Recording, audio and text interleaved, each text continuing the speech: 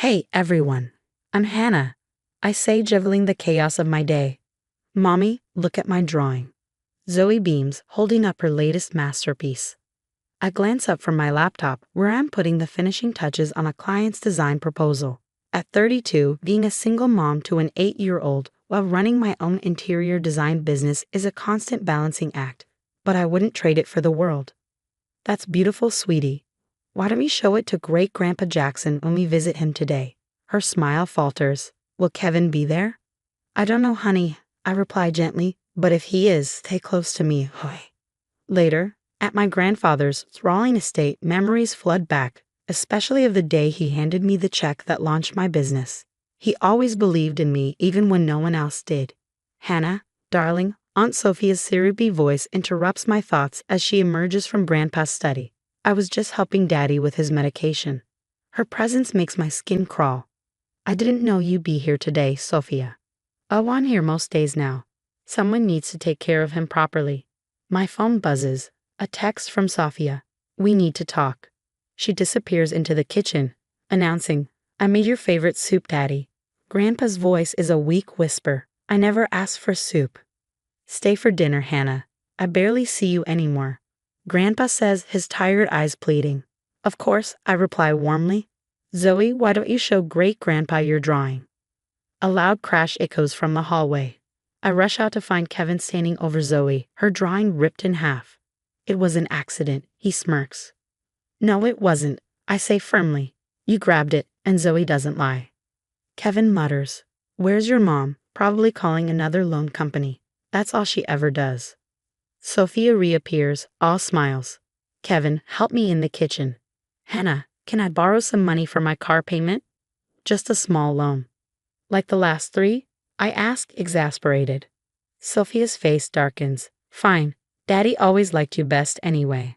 She storms off, but not before I catch her rifling through papers on Grandpa's desk. Later, after Zoe is asleep, my sister Sophia calls. Hannah, you won't believe what I found. Aunt Sophia has been writing checks from Grandpa's account and applying for loans in his name. I grip the phone tightly. How much? Enough to raise red flags. But Hannah, be careful. People desperate for money can be dangerous. Looking at Zoe's torn drawing on my desk, I realize this is no longer just about money.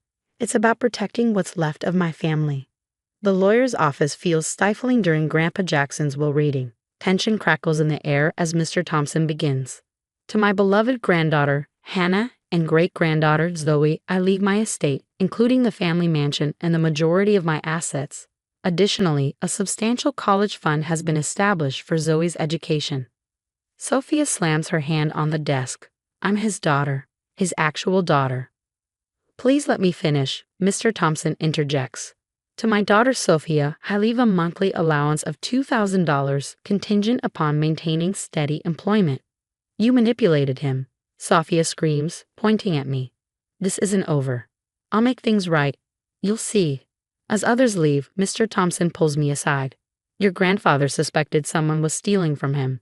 We were investigating, but he passed before we could act. Sophia shows me check copies later that night. The forgeries, bearing Sophia's signature, are blatant. Banks flagged them, but it was too late, Sophia says. A crash outside interrupts us. We rush to find Zoe's bike on the ground, its brake lines cleanly cut.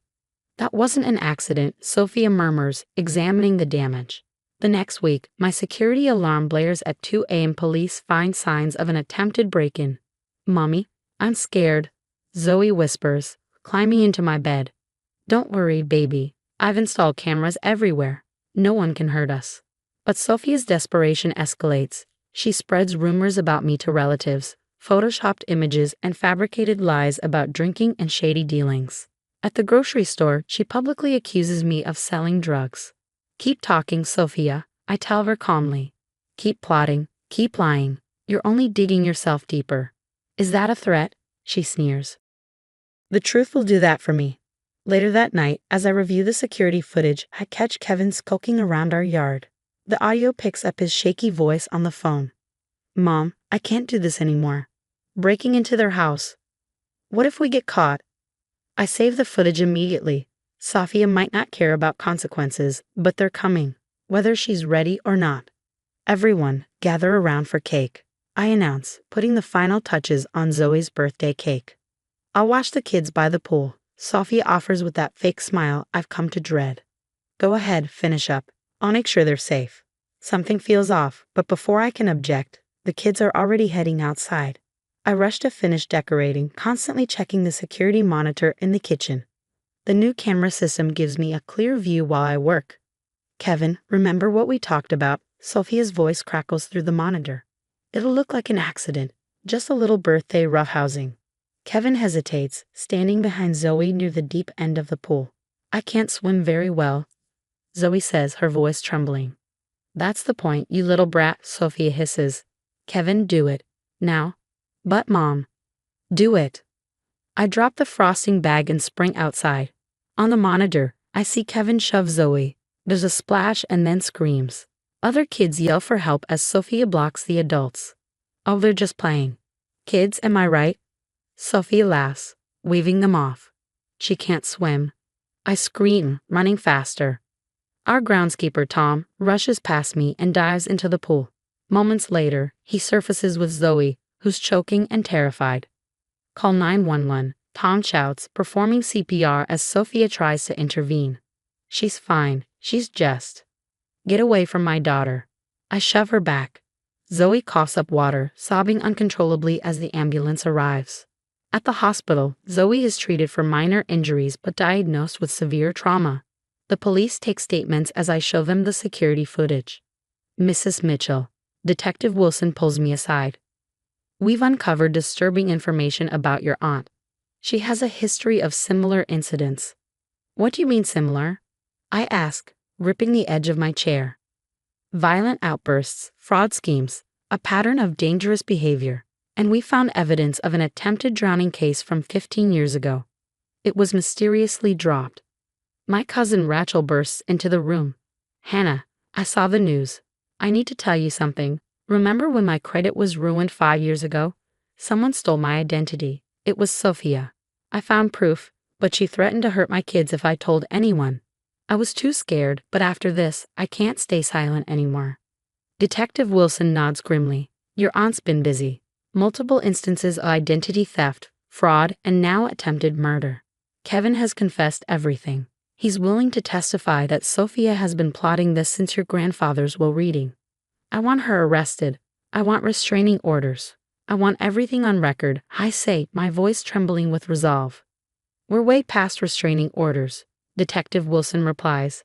Attempted murder of a minor, conspiracy, financial fraud across state lines. She's facing serious prison time. Rachel squeezes my hand. I should have spoken up sooner. Maybe this wouldn't have happened. It's not your fault, but it ends here. No more fear. No more silence. Zoe stirs in her hospital bed, whimpering in her sleep. I hold her close, knowing Sophia will never hurt us again. Miss Sophia Mitchell, please rise for sentencing. The courtroom falls silent as the judge's words echo. Sophia stands, her face pale as the evidence is displayed on screens. Forged checks, fraudulent loans, casino debts totaling over $500,000. To the charges of fraud, identity theft, child endangerment, and attempted murder in the first degree, this court finds you guilty. Justice is here, and with it, years of hidden crimes are finally brought to light. As Sophia is led away in handcuffs, I squeeze Zoe's hand.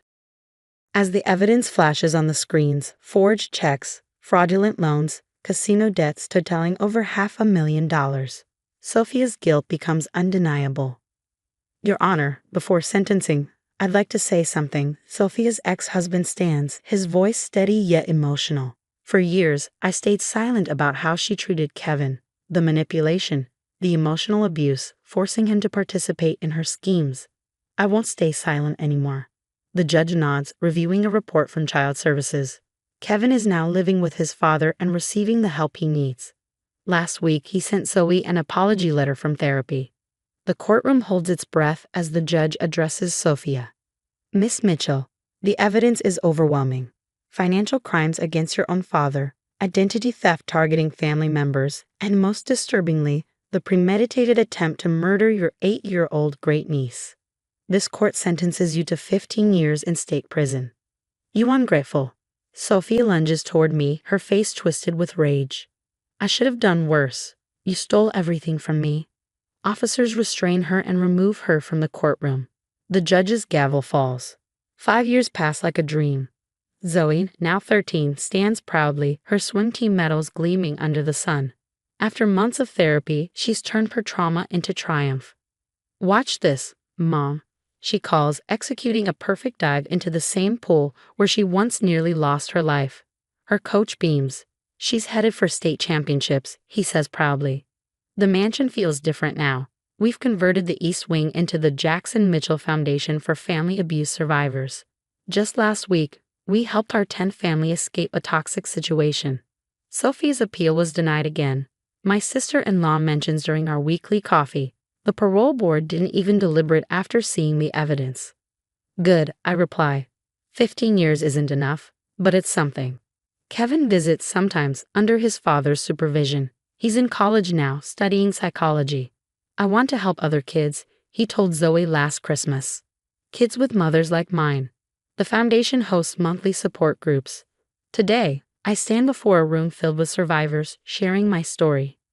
The hardest part wasn't the attempted murder, I tell them. It was accepting that family can be the most toxic force in your life. But toxicity doesn't have to win. Zoe joins me at the podium, strong and confident. Together, we lead workshops teaching families how to recognize the warning signs we missed. Last month, I share, we prevented another Sophia from destroying another family. Later, as Zoe and I cook dinner, she looks at me with a smile. Remember when I was scared to go near water? Now, I can't imagine life without swimming. You're stronger than she ever was, I say, my voice thick with pride. The security cameras are still up, but they no longer make me anxious. Instead, they're a quiet reminder of how far we've come. The mansion isn't just a house anymore. It's a sanctuary for healing, strength, and survival. My phone buzzes. Another desperate family is reaching out to the foundation. As I read their story, so similar to ours, I feel a deep sense of purpose. Sophia's evil created something beautiful, a chance to help others escape what we endured. Ready for practice, Mom? Zoe appears in her swim team jacket, her eyes bright with determination. Always, baby. Always. Some people say forgiveness heals, but I disagree. Sometimes justice heals better than forgiveness ever could. What would you do if a family member tried to harm your child and steal your future? Would you show mercy if they apologize? Or would you pursue justice like I did? Sometimes the deepest wounds come from those who are supposed to protect us. I chose to turn my pain into purpose by helping other survivors. But everyone's path to healing is different. Share your thoughts in the comments below.